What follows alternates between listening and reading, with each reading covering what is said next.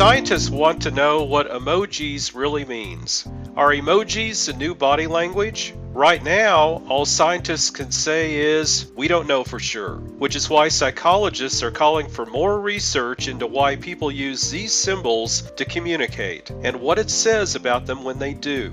More than 90% of people who use the internet rely on emojis, according to the paper published today, January 17th, in the journal Trends in Cognitive Sciences. We mostly use emojis like gestures as a way of enhancing emotional expressions, Linda Kay, a co-author of the new paper and a senior lecturer in psychology at Edge Hill University in England, said in a statement. But, she said, there are a lot of idiosyncrasies in how we gesture, and emojis are similar to that, especially because of the discrepancies as to how and why we use them. But when it comes to understanding how people express emotions, the vast majority of research has been limited to emotional expression during face-to-face interactions, the researchers wrote.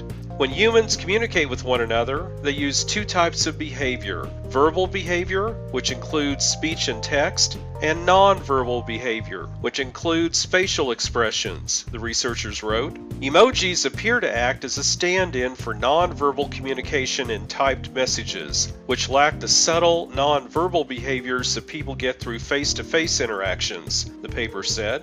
Consider, for example, a time when you have puzzled over the tone of an email. Indeed, the first reported smiley popped up in discussion forums in the 1980s, where the symbol was used to indicate that a message was a joke, the researchers wrote. One of the questions the researchers would like to answer is whether people use emojis similarly to how they would express emotion in person. For example, online communications may be more considered and consciously controlled than face-to-face expressions of emotion, which tend to be more spontaneous, the researchers said. It's possible that there are unique underpinnings that make communicating one's emotions with emojis different from communicating emotions with facial expression or body language in person, the researchers said. In the paper, the researchers proposed that by studying the similarities between the arguably parallel forms of face-to-face versus online behaviors, they may be able to determine whether emojis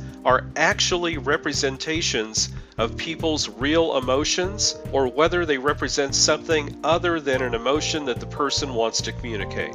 In addition, previous research has suggested that how people use emojis may provide insight into the individual's personalities, the paper said. If you look at personality traits such as agreeableness and how amenable you are to other people, it seems to be related to whether you use emojis or not, Kay said. Previous research has suggested that, for example, people who used more happy emojis were more likely to be open and agreeable. Fortunately, delving into the research of how and why people use emojis may not be too difficult, the researchers noted, thanks in part to the troves of data available publicly online.